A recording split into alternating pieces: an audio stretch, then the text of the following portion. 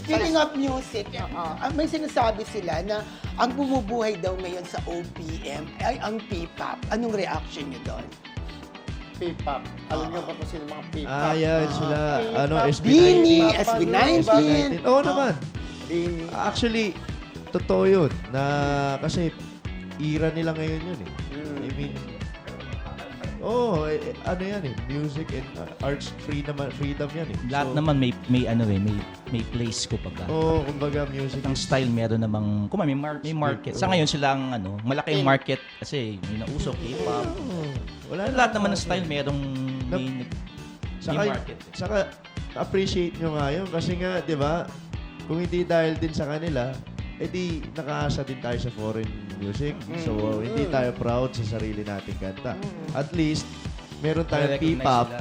na, Nare-recognize. di ba, na buhay pa rin ng OPM. Part pa rin siya ng OPM, di ba? Part pa rin siya ng local music, ng Philippine music. So, talagang thank you. Oo. Okay sa amin ng yun. OPM ngayon. Maganda. Kasi 'di ba? At least dati kasi hindi united eh. I mean, merong rock and roll, merong hip hop, 'di ba? Sobrang divided ng music nung panahon na yun. Dati, inaabot ko pa kasi yun eh, 'di ba? Yung mga G's, Kamikaze, yung mga panahon nila nung 90s at nung 2000s. Talagang divided yung I saw it. Divided yung hip hop, divided yung rap, divided yung banda, yung rock and roll, divided yung pop. Ngayon kasi is united eh. So talagang everyone appreciates music na kahit P-pop ka, okay lang yan. Kahit rock and roll ka, okay lang yan.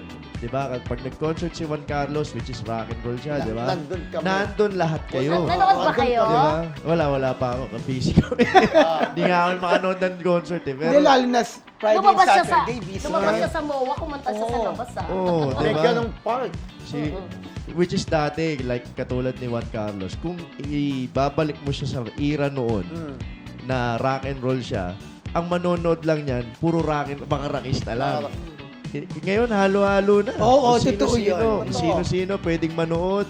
Kaya, ang ganda ng music Ang ngayon. galing din ng team session ni, Oo.